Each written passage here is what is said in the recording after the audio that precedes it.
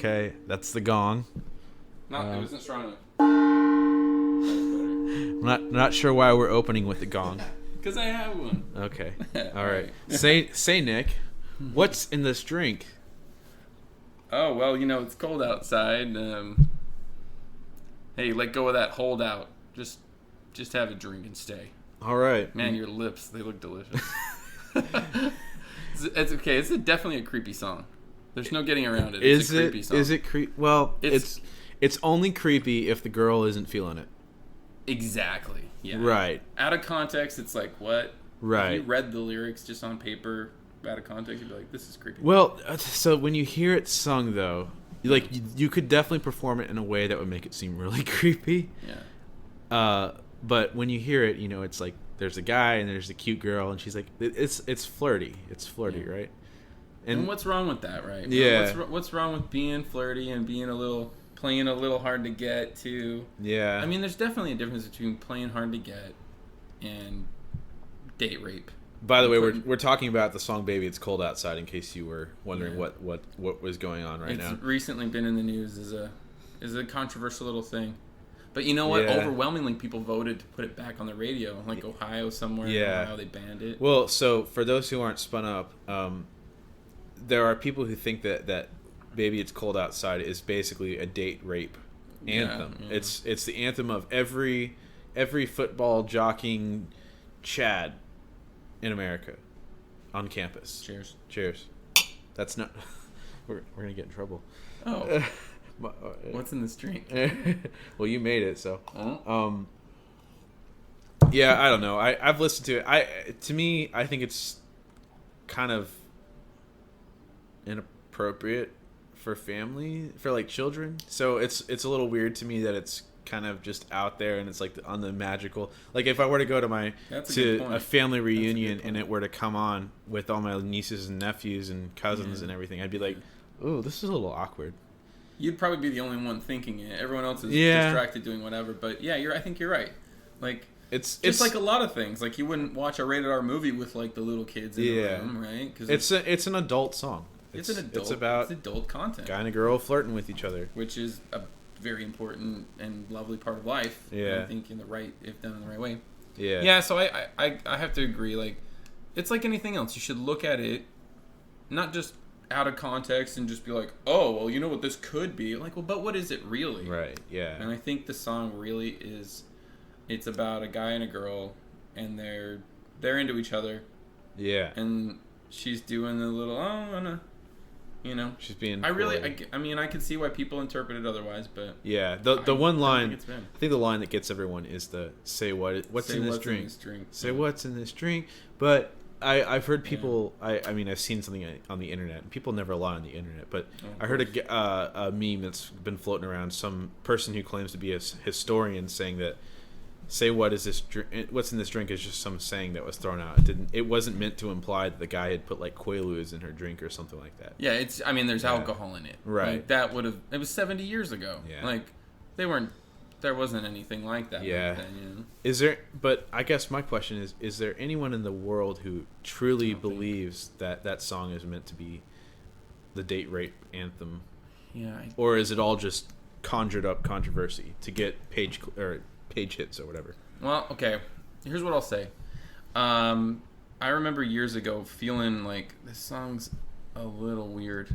I had a feeling bad, but I think it's like you said. It's an adult song. It's adult content. It's not. I'm not gonna jump and say, "Oh, this is definitely rape." This is rape. No, it's adult. It's it's about hooking up. It's about sex, and that's a little edgy. Yeah. God, I can only imagine 70 years ago how Well, and I guess too, racy this song would have been back then. Too. I guess the question too is like, if hooking up were to have such great ramifications in your neighborhood and in your family and everything, is it really worthwhile? Hooking up? Yeah. Hooking up's nice. That's the spice of life. Life is full of a lot of terrible things, but love and romance and I don't know. That's something I've been thinking about. This is a whole other animal here. But anyway, this is our Christmas episode. Yeah. Unless we have another one next week, this is probably the Christmas episode for us. 1st, and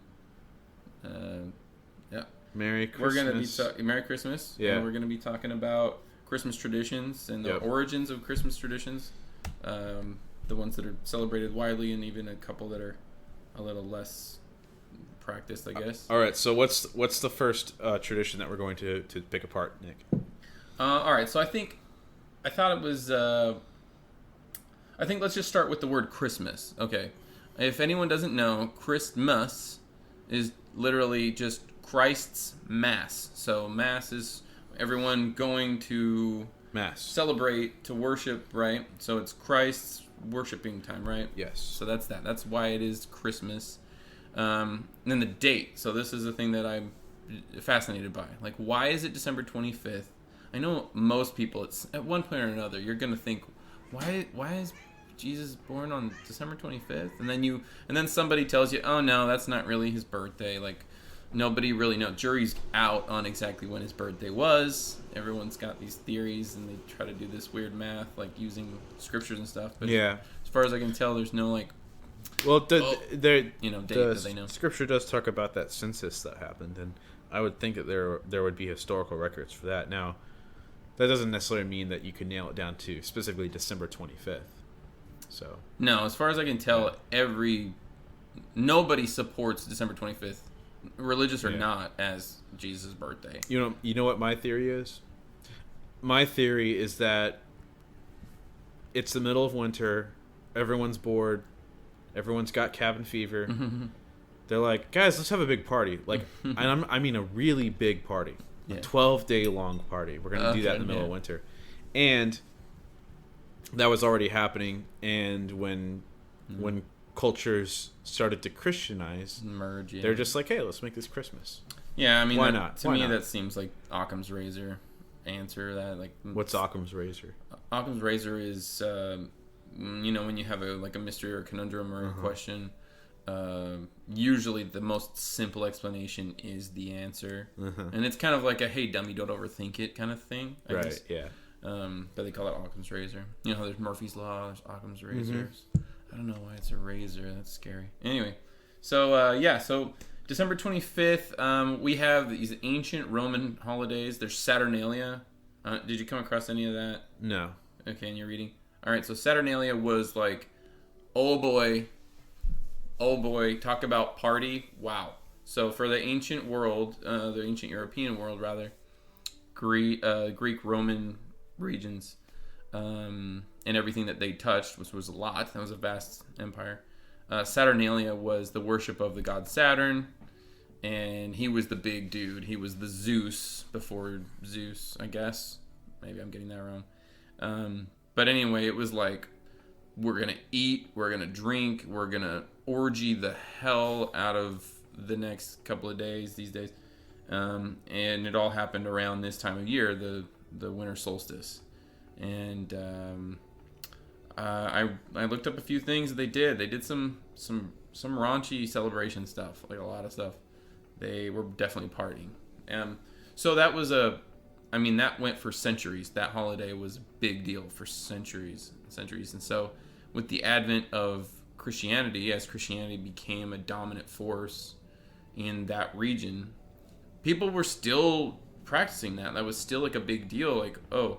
And so the question we had before we started recording, right, was when did anybody like say, you know what we're going to do? We're going to take this pagan holiday and we're going to make it better by making it the Christian holiday, and we'll say it's Jesus' birthday. Now, was that a top-down execution order, or was that just a thing that like happened naturally? My answer to that, yes, both. Yes to both. Yes to both. I think it's one of those things where it's the grassroots movement happens to meet the top-down movement. Yeah. Who knows exactly which happened first, but it's like, they both were occurring over a course of time. Yeah. I think you're right. I really think you're right. So anyway, the date, December 25th, we do know it's the winter solstice, and that was being practiced by peoples for a long, long, long, long time. So one of the things they liked to do was, these pre-Christian folks, was to worship the evergreen. So the thing about the evergreen, right, in the pine tree or whatever, is that throughout the cold winter, it stays green. It doesn't die. It's like the most robust plant, right? And I think ancient people saw something in that. Like, look at this. Like, there's something, because that's what people felt like. We're like, we have to survive through the winter and stay strong. Like the evergreen, look what it does. And a lot of ancient cultures viewed the evergreen as having like, metaphysical powers, like it was a blessing to have it in the house. And so but the Christmas tree as we know it today didn't start to be a thing in people's houses until King Albert in England. The Germans had been doing it, and then he decided to put one in Buckingham Palace, I guess, right? And then all the British citizens are like, okay, we're going to do it too because our king's doing it. So he had a big tree with all these ornaments on it, the way these old Norse pagans and stuff used to do it. And so all the Brits started doing it, and then it came across the water, and the Americans started using it too. And so, I mean, right now, as we record, I have my Christmas tree up, and I'm looking right at it. And it's decked out in a bunch of shiny stuff, silvery and blue and white. And you have the very, very white LED lights too. Yeah. I'm a colored lights kind of guy. They're cool whites is what they're called, cool white. Yes. So in the Bible, we got to bring this up because this just shocked me because I never knew this until today, actually. So Jeremiah 10, 1-5. What translation? Think about this what you will, but it says Jeremiah 10, 1-5. Here it is. Hear the word which the Lord speaks to you, O house of Israel. Thus says the Lord, do not learn the way of the Gentiles. Do not be dismayed at the signs of heaven, for the Gentiles are dismayed at them. For the customs of the peoples are futile. For one cuts a tree from the forest, the work of the hands of the workmen with the axe. They decorate it with silver and gold. They fasten it with nails and hammers so that it will not topple. They are upright like a palm tree, and they cannot speak. They must be carried because they cannot go by themselves. Do not be afraid of them. They cannot do evil, nor can they do any good. So okay, so what translation was that? This is that's actually a very good question. Because my translation is very, very, very different. Oh, is it? Oh, yeah. Okay. No, I didn't look at what this translation was. I'm sorry. New International Version is. What do they say? It's essentially the same until they get to this part. For the practices of the people are worthless. They cut a tree out of the forest, and a craftsman shapes it with his chisel. They adorn it with silver and gold. They fasten it with hammer and nails so it will not totter. Like a scarecrow in a cucumber field, oddly specific. Their idols cannot speak. They must be carried because they cannot walk. So this translation, it seems more to indicate that they take a log of wood and they carve it into an idol or something like that. It's not just a tree. So it's not a Christmas tree. Well, yeah. But could you see how some Christians would be like, "Yep, look, boom, we need to watch out for this." It's amazing the difference in translations. Like another one, this is The Message. This is it's like a scarecrow in a cabbage patch. So. Even down here, down below, that says conclusion. When looking at Jeremiah, we must remember that Christmas, of course, came into being long after Christ's death and resurrection, years after the Bible was written. It's a day to honor his birth, and the practice of decorating Christmas trees originated much later. Therefore, these Bible verses are not referring to Christmas trees, but idolatry in general. So, there you go. Yeah. There's your loophole. Yeah. You don't have to worry that your Christmas tree... Christians, if you're listening, you don't have to worry that your Christmas tree is a problem unless you're worshiping it as an idol. Which most of Christians do. They worship as an idol. They pray to their Christmas tree. Right. Yeah. They bow and pray to the Christmas tree. So this makes me think of when I was a kid going to church and being a little kid, and they're like, "Oh, what is it? What does the Christmas tree mean?" They're like, "Well, it's shaped like an arrow. It points up to heaven, and we put a star at the top." Okay. Blah blah blah blah blah. So and they also talked about I'm trying to remember. It's been so long because I'm super old. I'm not old, but you look old. They talked to us. I know. They did tell us about the what's the word? Like the pagan origins of these traditions. Yeah. They did talk about it, and I think one of the stories that we were told was how they wanted to sort of redeem the holiday, as they would say. So it was like they take all these things and then they add new symbolism to it. So kind of in a similar way, Martin Luther, you've probably heard this, the Lutheran guy, he would take bar songs and he would write like sacred lyrics to them.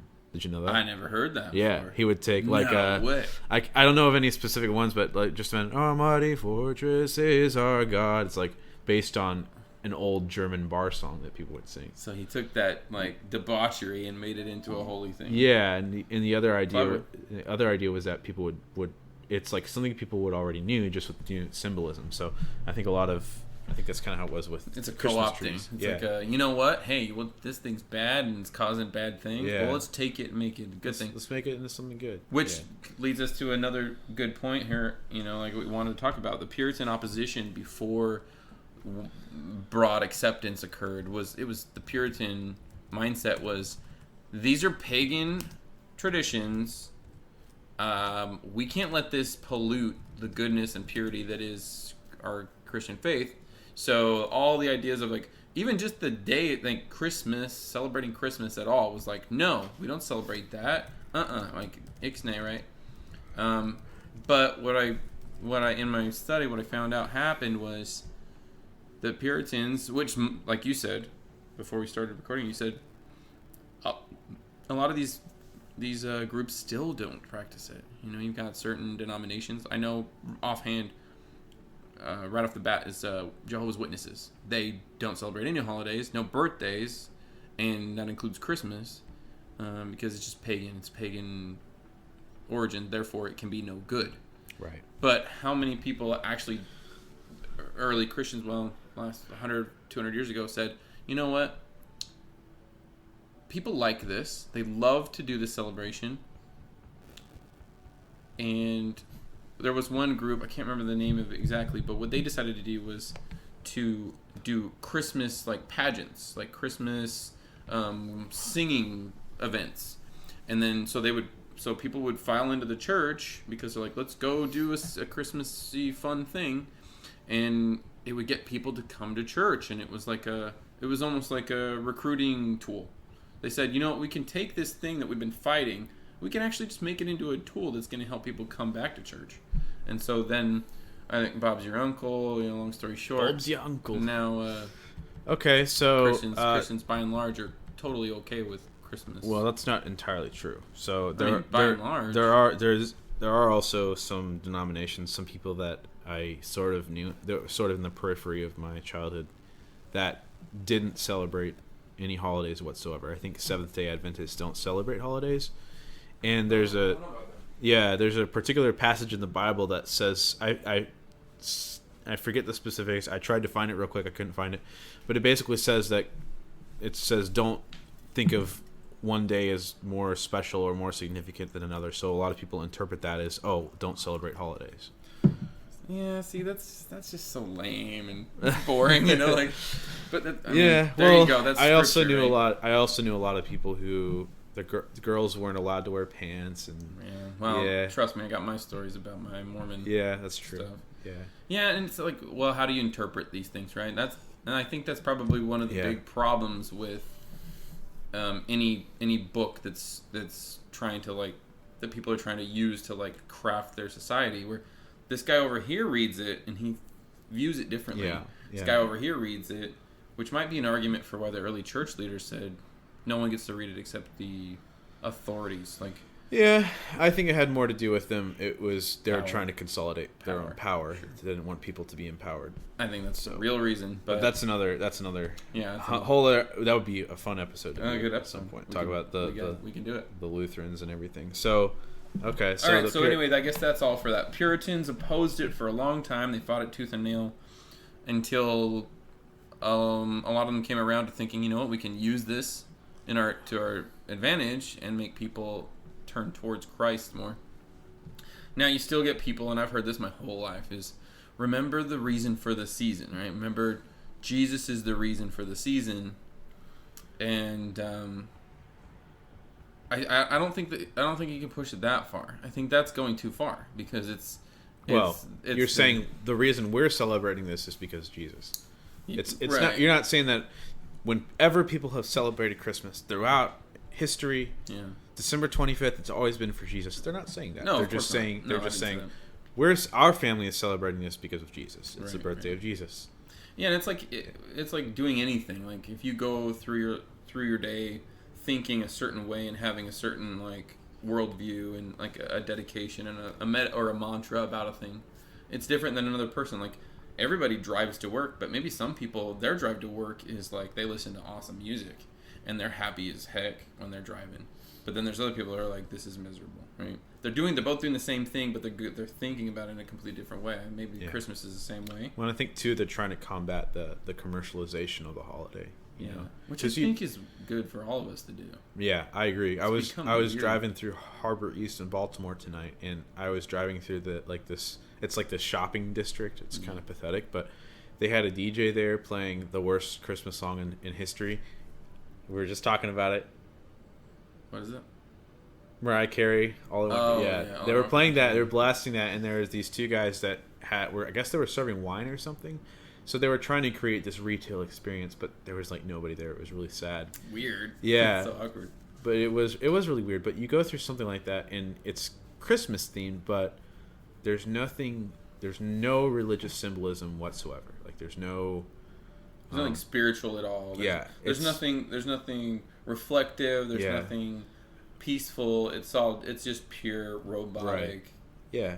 And it's understandable stuff, because Baltimore has a very big Jewish population, and there's a significant Muslim population, so it's understandable that they're that's true. As capitalists, they want to get as many people through their door as they can, but still, it's kind of sad. It kind of neuters the power of the season when you strip it of any spiritual significance. It's just like this vague wintry feeling.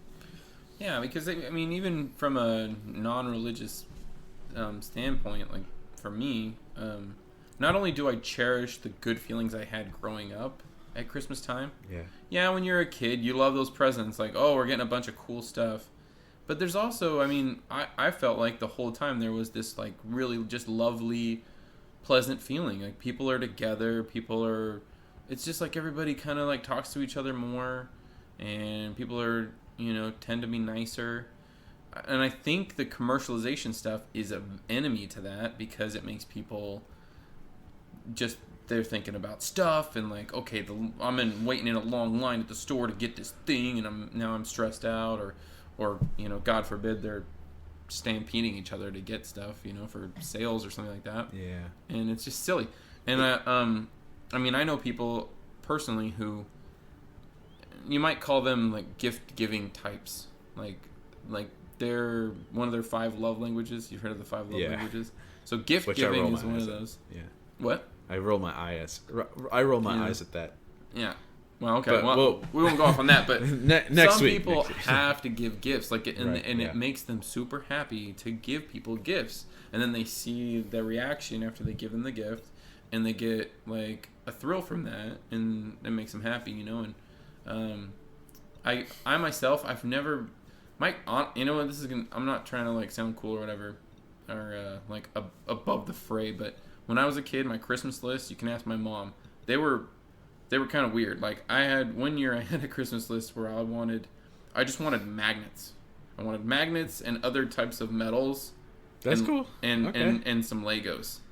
But whereas, like other kids were like, oh, I want a PlayStation, I want all this other stuff. Well, okay. My family was... I'm so humble, aren't I? My family was poor when I was growing up, so I knew better than to ask for anything that cost more than like $20. That was also a thing for us. Yeah. So, and the other thing is like, when I get a gift, I am a delayed reaction person. Like, if someone tells me shocking news, I don't like, oh, that's terrible. I just like, I have to sit and think about it. So when I open a present, I'm like, oh, here's a present. I have to process it. So they're watching your face. They're watching my face, and I'm like, oh, thank you. And I have to act that I spent $30 on that. Yeah, and I feel bad because I have to put on a show. Like, I feel like I had to put on a show to make them feel like I liked it. Yeah. But I don't really feel I don't get excited about things like that. I mean, if you gave me like I don't know, maybe if it was a Maserati or something like that. Oh man. But I feel bad because I love when somebody like when somebody gives me something and I can tell that they put a lot of thought into it. Yeah, yeah. That touches it. Like touches love. my heart. That's you know? just It love. really touches my heart. So I like to open gifts alone because I like to take the gift and then go open it by myself. Yeah. Because then I don't have the pressure Shed a little tear. of someone reacting, and I can just sit there and be like happy that they got me this. And then through your tears, you send them a thank you text. I take like a sad selfie. Yeah. Because that's where we're at now. Do you feel that? Do you get excited if I were to buy you a gift and give it to you? Would you be like, "Oh my god, that's amazing," or would you just be like, "Thanks, bro"? No. I mean, I even if it was a terrible gift, I would go ahead and, I mean, because it's the thought that counts, and it's like, oh wow, this person took time out of their day to go and get this thing at the store, or even just to order it, which is quick and easy. But even so, it's like, think about that they were spending a little bit of time on you. Exactly. And that's the good feeling. So even if the gift is like, I'm not going to use this, what am I going to do with this? Yeah. Oh, another blah blah that I don't need, or gadget or gizmo or whatever. Right. It's not about that. Just the fact that they thought of you. That's special. It's like, I don't care what you got me. It's just thank you so much. Yeah. And then you look up and you see them watching you open the present, and you see their face and they're like, and you're like, and then you have to act. You have to be like the avocado kid, like, oh, an avocado, thanks. Oh, that kid's awesome. I think that kid's not putting on an act. That's legit. I'm pretty sure. Like, that's how I feel. If you haven't seen this, you got to watch this video. This little kid opening his Christmas presents, and and he gets an avocado, and he's like, I think he's genuine. It seems like he's really excited about it. It could be posed, but it doesn't matter. It's still funny. Okay, hold on. He does. Like, I can just play it set real quick. Aside okay, real quick good. too. It's gonna work. Okay, listen. So the kid opening a present, and it's an avocado. Sure.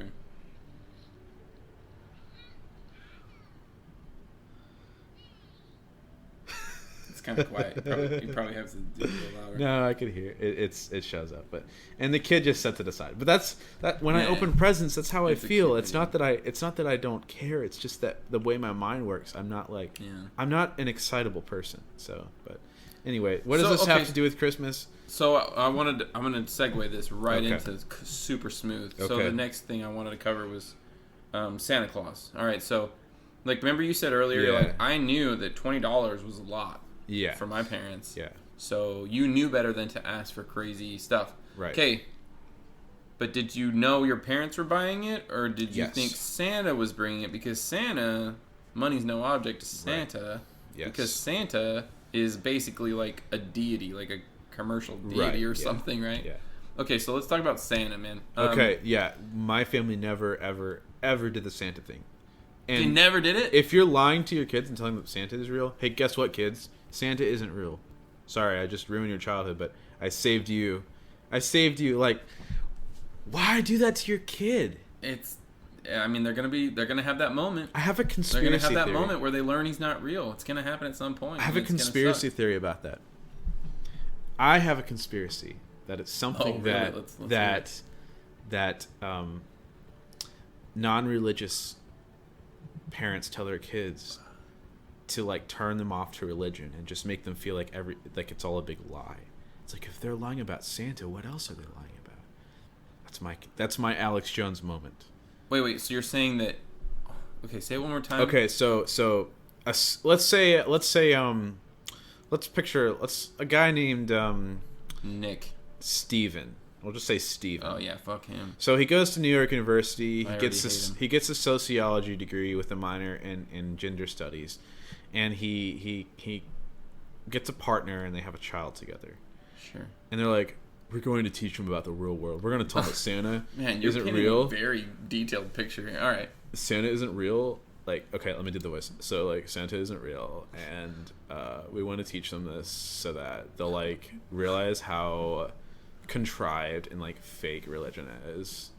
Yeah. What kind of hat does Steven wear? Real quick, I just need to know. What kind of hats? You know what he just picture. You know the hat he's wearing. It's that. He's got a beard. Baseball cap. Okay, he's got the thick rimmed glasses. He got the baseball cap on.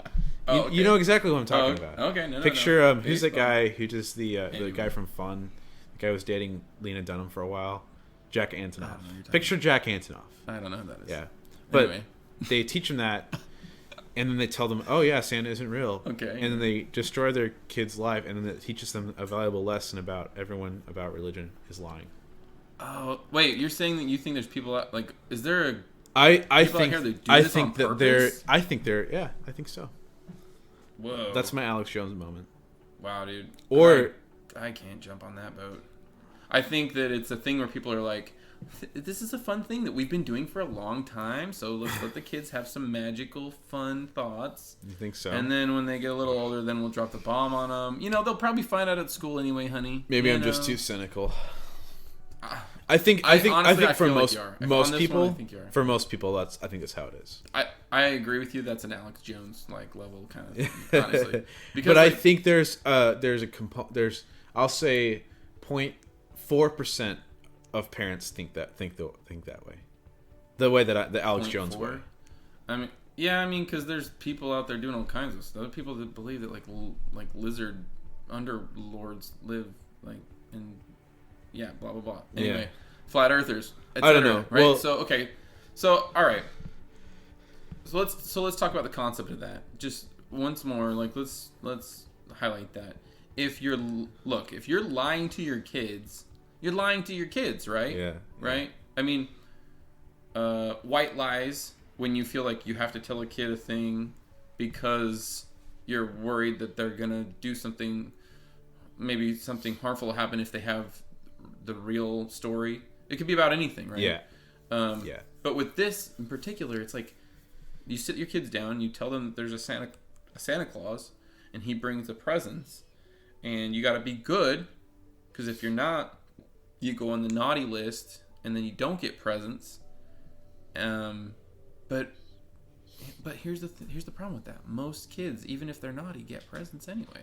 So what are you really teaching? I mean, really, have you ever heard of a kid? Did you ever know any kids growing up where they were naughty? It sounds like they didn't get presents. It sounds like a parody of religion.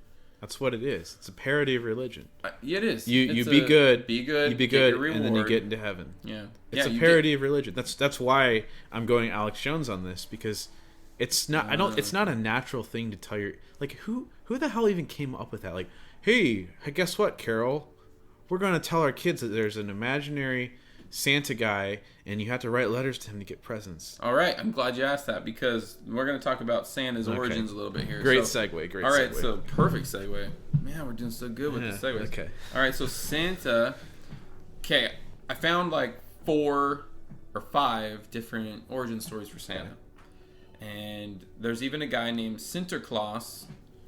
Sinterklaas. That's basically German for Santa Claus, if I'm not mistaken. And then. Yeah. So as far back as like the year 200 or 300 A.D., there was a saint in Myrna, Myrna, who was the saint of the sailors.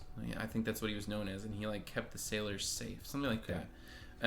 And I think he was the same historical character who paid the debts of 3 women who were on the brink of I've heard that becoming prostitutes. The Saint Nick story, yeah. So let me tell it real quick. Okay. Oh, you know it? You know it real well? Yeah, I know the story. All right, go for it. Okay, so there were 3 poor sisters, and they all lived together in Greece. Let's just say Greece. Why not? Sure, it was Greece. Myrna. Sure. And one day Saint Nick was walking by. He wasn't a saint at this point, but one day Nick walks by the door, and he hears the eldest. Hey, Nick. Hey. He walks by, and he hears the oldest daughter saying, Daddy, I want to marry this man. He's like, well, you can't marry him because you don't have a dowry, girl. What's your problem? Oh yeah. Yeah, and dowry. then so Nick gets this idea. He's like, hey, I'm rich. I'm hella rich, brah. So he goes home and he gets a bunch of money, and then he waits till it's nighttime, and he sneaks up on the roof and he drops the money down the chimney. Really? Yeah. That's part of the story? That's how I heard it. Whoa. Okay. Okay. So and then I think he puts it in a sock and drops it down the chimney, or he drops it down the chimney and it lands in the socks or something like that. Yeah. Okay, and then the next morning, the daughter finds the money. She's like, I can marry the guy now because I have a dowry. Great. And then it happens again for the second daughter, and then the third daughter. And then the third daughter, the dad waits and he spies and he catches Nick in the act, dropping the money down the chimney. And then he figures out the whole story, and that's why we know about it. And that's where and I guess he became a saint or something. Okay, but what about saving him from prostitution? Is that just like? Well, I'm trying to. So that's the version I heard as a child. So obviously they're not going to talk about prostitution to a child. You know. Okay, granted. Yeah. All right. Okay, so there's all these different stories, and then there's the version that comes from German lore. That's the guy who goes around, and it was another thing. It was probably a scare tactic for kids, like be a good kid. Oh, you're talking about Krampus. And we're going to talk about Krampus, because there was one thing that I read that said that Saint Nick wrestled and arrested the devil, who is the goat, right? Pan, or whatever. The goat is like in a lot of ancient, like post advent of Christianity, like the goat becomes this, like the evil symbol, right? And so he wrestles the goat, and so there's this Krampus character who is called he's sometimes called Black Pete, he's sometimes called like Nuke Pretzel, or I don't know, I can't. Nuke Pretzel, some weird German word. Anyway, okay. So he's a goat-like creature. Okay. That's bad, basically, but like Satan, Pan, like half goat, half man, or some type deal. Yeah, he's like and you can look up, just Google Krampus. Krampus with a K or a C, doesn't matter. And that you can hear the dog, by the way. Yeah, that's Tega. It's a happy dog. She's excited because we're talking. It's okay. She likes her ball. No ball. No, not time for ball. Anyway, so this is a professional podcast. Yeah, we're serious men, right? So yeah, so Krampus, his basic story is Santa has a leash on him, basically. So his job is he goes around and like Santa says, that kid's nice, that kid's naughty. And so Krampus is like, okay, nice kid, I drop the good presents into their stockings down the chimney. And that's why like they're hanging there by the fire on the chimney, which is, I mean, let's think about it. And again, Occam's razor, like why were people hanging their stockings by the chimney? Because their stockings got wet when they were walking outside. Because they're crying. Because they're crying. They're crying because they couldn't marry the guy. Oh man, okay. Yeah. Like they're crying so much that it like runs down their body to their feet and gets their stockings. Okay, I have to. So you got to dry your socks. By the way, I'm so sorry. Did you ever listen to Adventures in Odyssey when you were a kid? Adventures in Odyssey? You don't know what it is? Okay, carry on. Never mind. All right. Yeah, so Krampus will put the prizes and toys in the stockings. And if you're a bad boy or girl, the scare tactic, which I don't know how often this was actually implemented, hopefully not very much, was that you would get switches, which is just it's a weird old person word for stick. Yes. Right? Yeah. Come here, switch. Yeah. So you got a bundle of switches. There's another word for that. There's another word for that. Don't say it. I won't Don't care. say it. I'm sorry. And then I guess later that became coal. I don't know how early or when coal started to be a thing. Okay, you're talking like this is one linear narrative. It's not. It's a folk story which has... we're talking amalgamations of a lot of I like that word. All across cultures. But the Germans specifically, and they still have this festival every year, the Krampus festival, where people it's like an excuse to just cosplay Krampus, and it's scary. Like they make some pretty cool, pretty gnarly costumes. And it's the goat man devil with the fangs. He's got a long tail, and he carries a bag, and he'll take the naughty children and put them in his bag, and then he'll take them off to punish them or whatever. So this seems somewhat pedophilic too. But anyway, Krampus is not really a common thing that we celebrate anymore. Or not in the U.S. No, it's kind tradition. I think it's kind of caught on a little bit in the U.S. just because they made a movie out of it, and I see it in a lot of internet forums, and there's a lot of memes about. Did you Krampus see that and movie? Stuff. Was that movie any good? I think I saw a part of it because my roommate watched it. It looked hokey. They were trying to make it more of a family type movie, so it wasn't. I'm gonna watch intense. it. Now I'm gonna watch it. Actually, I should have watched it. Anyway, all right, so cool. All right, so that's it for Krampus and the punishing children, and he's got. Oh, by the way, he's got a very long tongue. It's very scary. Anyway, he's a demonic, scary creature. But Santa defeated him and now controls him. So it's like the good conquers the evil and makes him do what he wants. All right. So anyway, okay, what have we not covered yet? Oh, we failed on our smooth segues. That's okay. Elves help Santa.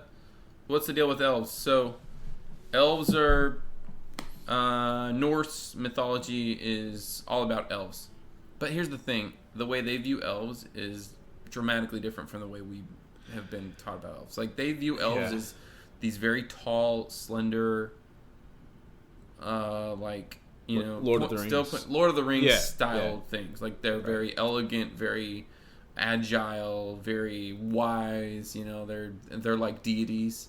And I couldn't nail this down, dude. I don't know why our elves are like tiny little guys with like little button noses and they make toys. Like, I don't know how that happened, but it did. And but maybe what it shares with Old Norse mythology, I guess, right, in this case, is that elves were house deities. They were little gods that either cursed or blessed your house. So if you were good to them and you paid proper homage, then they would keep your fire burning strong. They would keep your house clean. They would keep people from being sick, and they'd bring goodness.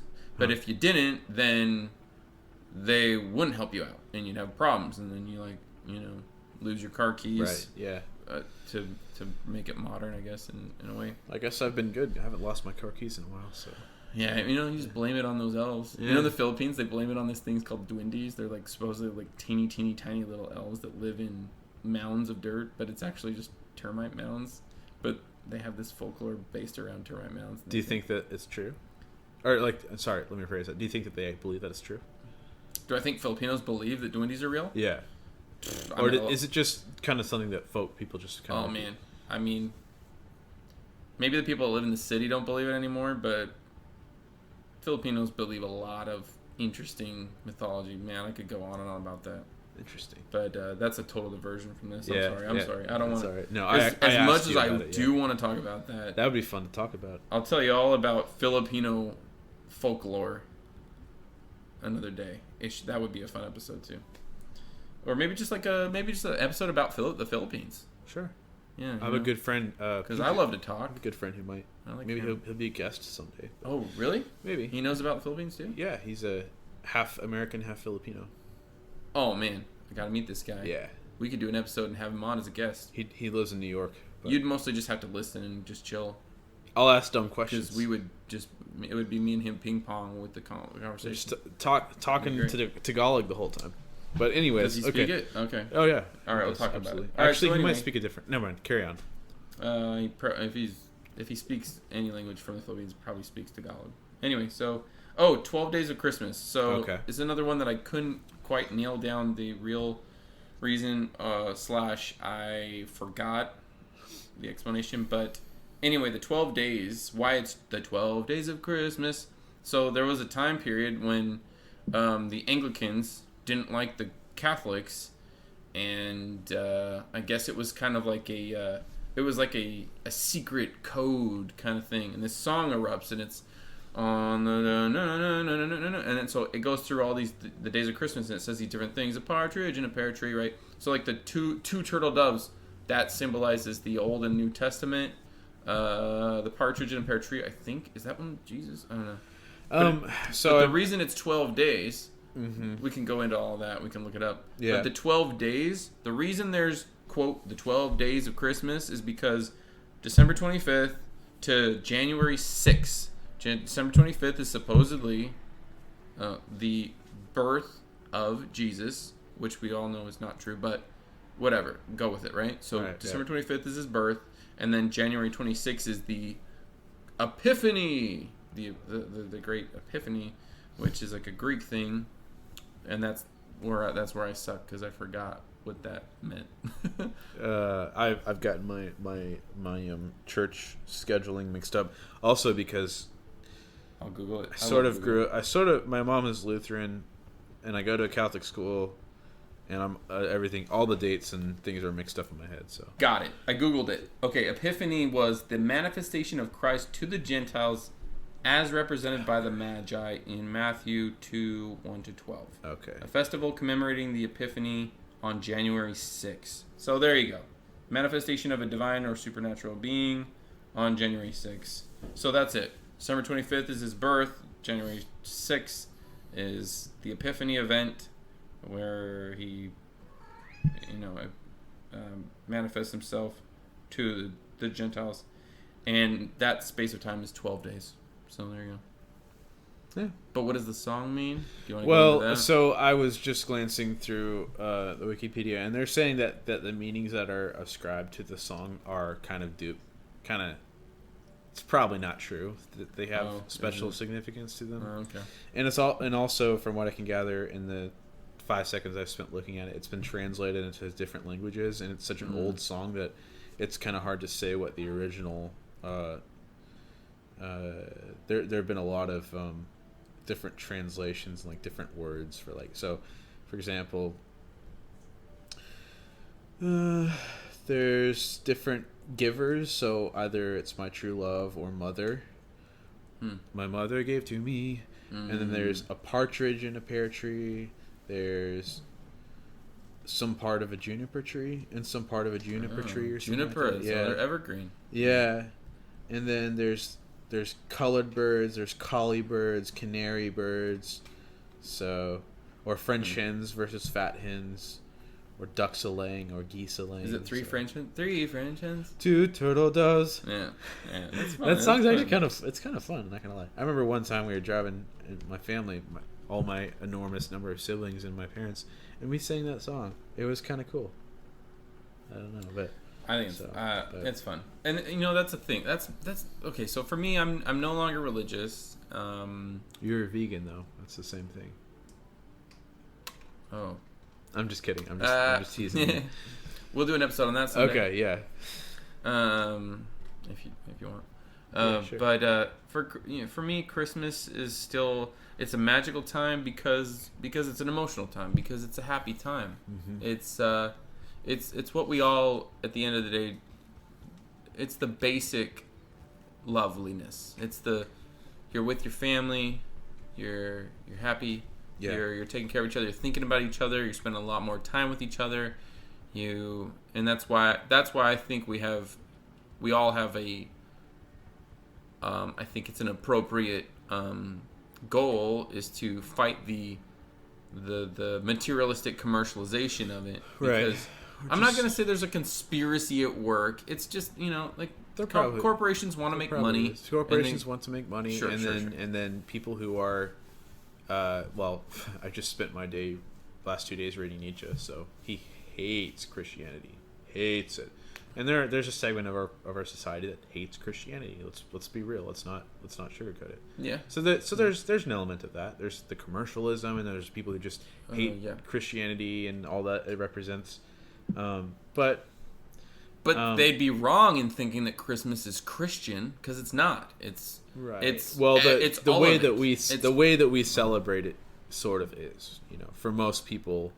I mean, I'd say for most Americans, the name now has Christ in it, so maybe some ignorant people are like, "Oh, it says Christ. I don't like Christ." Well, then there's a whole thing about like if you scroll through like a magazine or something, they don't say Christ. What's Christian about Christmas, though? I mean, what would you say is Christian about Christmas? Christmas, honestly, Christmas. It's still in the name, so sure. So about the practice and about the the holiday. You're talking from your personal experiences, though. My personal experiences are different. Yeah. And for millions of other Americans, same. Like for me, we would read the Christmas story every morning before opening presents. We did used to do that. Yeah. And as long as there are people keeping that alive, it's going to be more or less a Christian holiday. Yeah. Now, holidays, the way I see them, half of them are just excuses to party. Nothing wrong with that. I don't think there's anything wrong with that. What's wrong with that? Yeah. But life has so many stressful things. Like any excuse to get together and be with each other and just laugh and forget about your the troubles and the worries. Those are good moments. Right. And I think that's the nugget. If your Christmas consists of watching TV, scrolling mainstream websites, watching Christmas movies, you're going to get a very, very, very different Christmas experience than you are if you go to a Christian family's household. That's just going to be very different. You see what I'm saying? I believe you. And because there is like the quote unquote war on Christmas, I don't roll my eyes at it because it's a thing. Like, people will say Xmas instead of Christmas, or they'll say Happy Holidays, blah blah blah. And I understand that they want to respect people who don't celebrate Christmas, but the people who don't the number of people who don't celebrate Christmas in the U.S. is very small. It's not that many people that don't celebrate it. Yeah, I mean, I think everybody likes it's clearly a fun thing. Clearly, Jewish, Orthodox Jewish people, they're not going to celebrate Christmas because in their minds Christianity is a cult and Jesus was a false Messiah. Right. You know, we can respect that. Yeah. Muslim people, they think have an episode on that. As long as people they think of Jesus as a prophet, they don't think of him as a deity. So, I mean, I would speculate that they would probably celebrate Christmas, just not with the same sort of religious fervor as Christians do. And of course, if you're an atheist, you're an agnostic, you just enjoy the holiday experience. It doesn't have spiritual significance for you. It doesn't have theological significance. Yeah, but spiritual is that's a word. You're not going to sit there and worship God because you thank God for being born. You know, for sending His Son to save the world. Right. Obviously, you're not going to do. You're gonna. Like I do, You're gonna focus on. Oh man, this is the time I get to go out. I get off work. I get to go. Right. I get to fly home to Utah and be with my family. Right. But we're all gonna be together. They're gonna take work off too, and we're gonna, we're gonna do a little of the gift stuff and like presents. And I'll be honest, my mom gets real obsessed with the presents thing, and she gets real stressed about it. And I'm like, I have to be like, Mom, look, this is just about us. It doesn't have to be. You don't have to be worried about getting everybody gifts and stuff. Yeah. She gets a little caught up in that, Yeah. But because like for her, it makes her happy to be getting everybody gifts, and it's just a fun thing, and so I try to respect that too. It's like but the thing that's nice about it is like we're together, and that's how many times do we come back to this, like where it's just about when you're with your tribe, you feel safe, and you're happy because you're warm, you're having food, and there's just those good feelings, right? And there doesn't have to be, it doesn't matter where you come from, what language you speak, like that's a good feeling. And I think that's why Christmas is pretty widely celebrated, even like in other countries. Well, the orgies and the drinking, probably that's not a very family oriented component to celebration. Who does that? Who does orgies? You just talked about it. In ancient Rome. Yeah, so I'd say like, if you're into orgies and that kind of thing, hey, you do you. Just don't come anywhere around my family for now. Just keep you do your thing. But I would say that an adult concept. I would say that the way we celebrate Christmas now is a lot more pro-social and more conducive to a healthy society than the drinking for 12 days and having sex with strangers type thing. Yeah, I mean, let's not pretend like all pagan rituals and stuff were good or trust me, you don't have to worry about me. You know what I mean? You're saying that more for yourself than for me. But so I would say if you separate the spiritual significance from the American version of Christmas, the holiday is going to fundamentally change. It's going to turn into something else, and it's going to turn into consumption. It's going to turn into a celebration of capitalism. That's like that would be bad. That's like the parody. If the Santa myth is a parody of religion, then the capitalist version of Christmas is a parody of the real thing. If you love money and things more than you love your family, you got a serious issue. I don't know. I'm just BSing at this point, so we should probably. So one thing before you say let's end, the Xmas. So is that really something to be so upset about, or like if you're a Christian and you say, well, they put an X instead of Christ. All right, well here's the thing with that. So this is just Wikipedia. Xmas is a common abbreviation of the word Christmas. It's sometimes pronounced Xmas, but Xmas and variants such as Xtemos originated as handwriting abbreviations for the typical pronunciation. The X comes from the Greek letter chi, C-H-I, chi, I don't know, which is the first letter of the Greek word Christos, which in English is Christ. The mas part is from the Latin, derived from Old English word for mas. So from a linguist's point of view, right? Xmas is not a bad thing. Yeah, it's a stand-in for Christ. But okay, there's a difference. It depends on how you use it. It depends on how you use it. Sure. It's like when you're talking with someone in an internet forum who's like an aggressive atheist, and they intentionally don't capitalize the word God, even though it's a proper noun. I'm like, okay, I understand. You're making a statement. That's bad grammar. You capitalize proper nouns, and you're using God in the context of it being a proper noun. You would capitalize that. So. There's some people, most people, like when you sent me that email when you were Xmas, you weren't saying like, "Oh, Christ, get Christ out of the word Christmas." No. You clearly did not mean that. I misspelled. But there are people who do use Xmas. Mass has 2 S's, but Xmas has 1 S. So I mean that's another thing. So yeah, all I'm saying though is there are people who would use to make a statement, like I'm intentionally crossing out Christ. There are people who do that. And it just depends on the context, and you can't parse apart people's motives. Sometimes it's very clear, like again, the aggressive 14-year-old atheist on the internet forum who's Xmas this. I've got no problem with writing the word Christ. Yeah. No problem at all. So. But when I'm lazy, I'll write X. Yeah. So you see, so it's not. There's nothing nefarious in my motives there. Sure. All right. So that was our. Christmas episode. Christmas special. Now don't you feel merry? Yes. I don't know what else to say. Should we end it with a gong? Nah. Anyway, Merry Christmas.